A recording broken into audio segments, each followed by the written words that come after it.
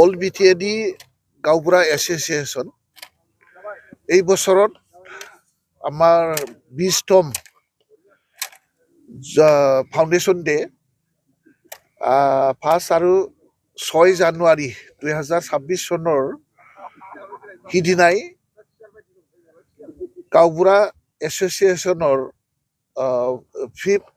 Fourth year যিটো terminating conference, এই কনফাৰেন্সটো আমাৰ কাশীবাৰী খেলপথাৰত অনুষ্ঠিত হ'ব। ইয়াৰে আজি মূল খুঁটা, আজি লাই খুঁটা স্থাপন হ'ল। ইয়াৰে মোক আমন্ত্ৰণ জনাই গাঁওবুঢ়া এছ'চিয়েশ্যনৰ প্ৰেচিডেণ্ট, ছেক্ৰেটাৰী আৰু বিষয়ববীয়াসকল আৰু আমাৰ ৰিচিপশ্যন কমিটিৰ প্ৰেচিডেণ্ট, ছেক্ৰেটাৰী আৰু বিষয়ববীয়াসকলৰ প্ৰেজেঞ্চত এই লাই খুঁটাখন মই স্থাপন কৰিলোঁ।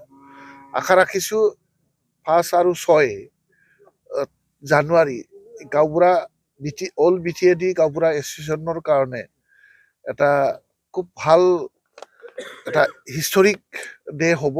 এই বছৰ খুব জাক জমকৰে তেখেতসকলে এই কনফাৰেন্সটো পাতিবলৈ ওলাইছে আৰু গাঁওবুঢ়া এছ'চিয়েশ্যনৰ কৰণীয় দায়িত্ব আৰু তেওঁলোকে কৰিব লোৱা বহুতখিনি এজেণ্ডা আলোচনা হ'ব আৰু নতুনকৈ তেখেতসকলে নতুন এটা কমিটি গঠন কৰিব।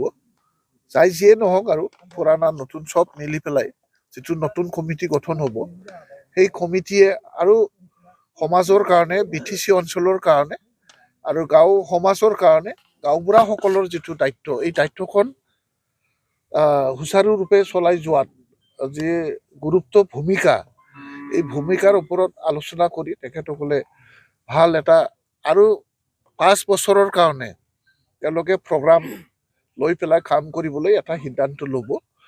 মই আশা ৰাখিছোঁ এই কনফাৰেন্স খুব ভাল ছাকচেছফুল হওক, ভগৱানে ভালে ভালে এই কনফাৰেন্সখন ভাল কৰোৱাত সহায় সহযোগিতা কৰে, মই তাকেই কামনা কৰিছোঁ।